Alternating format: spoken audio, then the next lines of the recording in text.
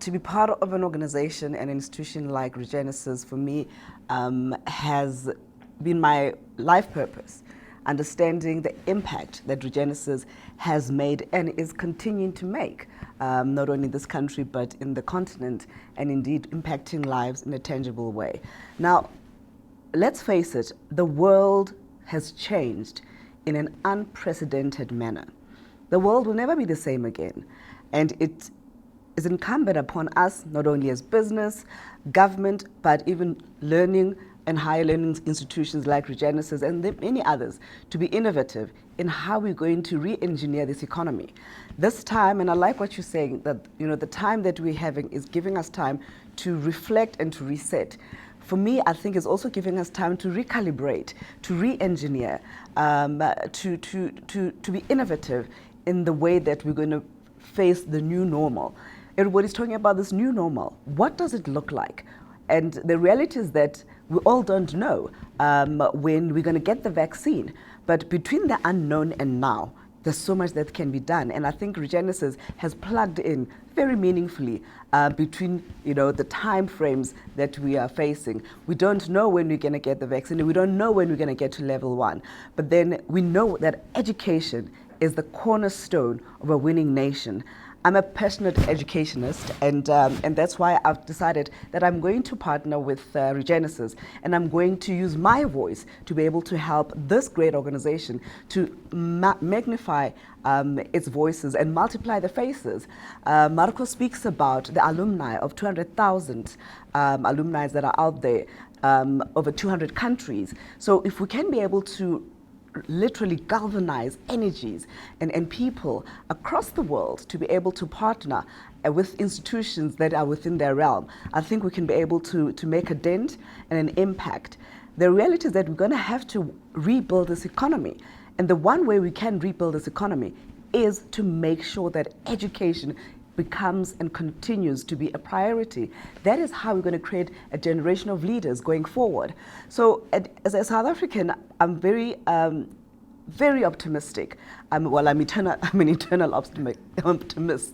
I live in hope that we cannot be despondent. We cannot despair. We cannot feel defeated, because together, the force of our energy, the force of the impact that Regenesys is also making is what's going to make a difference. It wasn't me. I think, Dr. G, that's you. And South African students, in reality, are facing many, many challenges, including access to education, obviously, with limited financial support and opportunities to secure their future. Now, here's a fact. During this unprecedented time, where we are facing this nationwide, COVID-19, this worldwide pandemic, these challenges have been greatly amplified. My mother was a teacher by profession, and so if she was alive, may her soul continue to rest in peace, she probably would have to be retrenched because of age. However, we need not only just our students, but we also need educators who will stay in the system, who will be able to help us build these leaders that this country, this continent, and indeed this world needs. And access to higher education remains one of the biggest symptoms of our country's economic inequality, particularly for the previously disadvantaged members of our society. And I think what COVID has also done, it's brought such a stark reality on the gap between the haves and the have-nots. It's brought such a stark reality about the inequality that we're facing as a country. I reflect on, for example, the self-isolation that we all have to do. But how does a family that lives in Diepsloot, in a shack of 10, able to isolate? And that's what we need to break, that cycle of poverty. And it is only through education that we can be able to break the cycle of poverty, that in generations to come, we will not have this huge gap. Because the reality is that if we do not act decisively as leaders, we run the risk of creating, and I'm going to use a very harsh word, a mini civil war, because then our people will be so stranded. The very fact that today we still have young people and families having to queue for food parcels, that is disheartening. But through education, you empower not only one person, you empower a family, you empower a community, and you empower a country that is decisive and that is planning to move forward. I like what Marco is saying, that we cannot seek to government to do everything.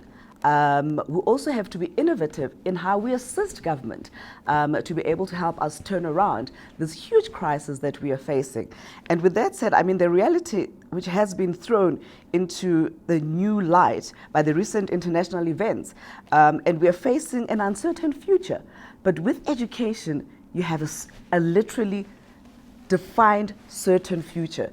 Nobody can take away that from you. When you've got an education, whether it's an MBA, a bachelor's, a certificate, a diploma, nobody can take that away from you. You can be able to be marketable, you can be able to develop your skill set, and you can be able to impact others' lives. And for me, it's about a cascading effect of what education can do for a household, what education can do for a country. And I was listening to Oprah give one of her speeches not so long ago, and she said something that really struck a chord with me. It's time we found ways to deal with what Oprah Winfrey calls, and I quote, poverty as a pre-existing condition, because that is the only way we will be able to give our young people a fighting chance in the global economy. I also reflected on what Dr. Martin Luther King Jr. said while incarcerated in Birmingham City Jail in 1963. He penned a letter to his fellow clergymen in which he pointed out the fact that we are, as a human race, interrelated. He said, and I quote, all men are caught in an inescapable network of mutuality, tied in a single garment of destiny. So whatever affects one directly affects all of us indirectly. And so we are indeed connected by a common fate as a human race. And the fact that it's become more apparent now with the pandemic, we have no choice. We have absolutely no choice but to contribute to the greater good, because that's the only way we can move forward together. Together we can move forward. And that is why I'm particularly excited to partner with Regenesys with this great initiative. It is just what this country needs.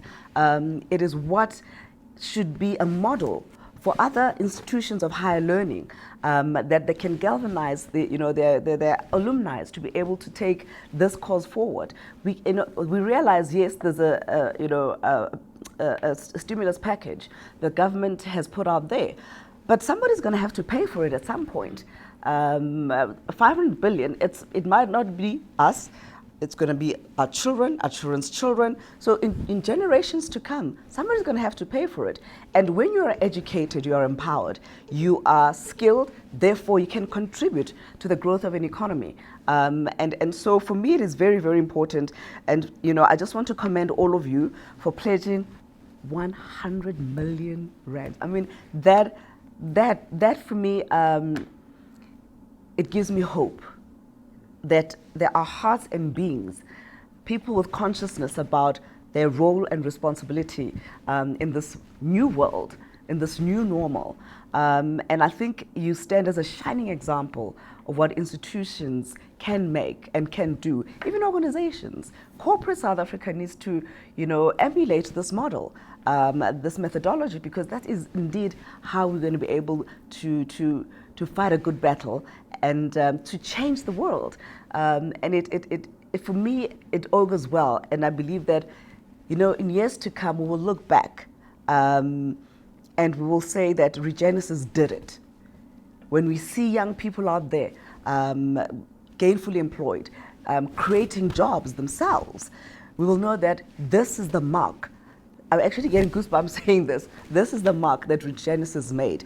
It is indeed my wish that this initiative will continue to provide students with a much needed aid in months, in years, and indeed in generations to come, because what you're planting now is a seed of the future that will outlive us, is a seed of the future that will make this world a better place that we were once here. We once took on the clarion call, and we showed up. We showed up in a meaningful way, in a tangible way, and therefore we've left maybe a footprint on the sand, and so it shall go forth and multiply to many others. So I just want to commend you and congratulate you and say thank you. Thank you for your audaciousness and your zeal and indeed your passion to put education at the forefront of how we're going to be able to re-engineer this economy and how we're going to be able to make sure that our people are skilled, they have jobs, they can feed their families, they have a roof over their heads, and they have clothes on their children's back. And more so, they can be able to make South Africa a beacon of hope. A country that has gone through so much historically, but a country that has come out on the other side having won because of education. And I just think of Madiba, how much he valued education. And he always used to say that it's the only tool that we can indeed use to fight poverty. With that said, thank you so much for joining us for this press conference. And you can see, right, we followed all the rules. We all got our masks, we're all social distancing, and this too shall pass, by the way. We need to remain hopeful and optimistic, and I think also just to, commend the decisive leadership in our country, the president in particular, to be able to decide effectively that we are going to lock down, and the lives that we have lost, it is very, very sad. And we remember those lives at this difficult time. We think of those families who've lost their loved ones through this pandemic. And may the force be with all of us. Thank you.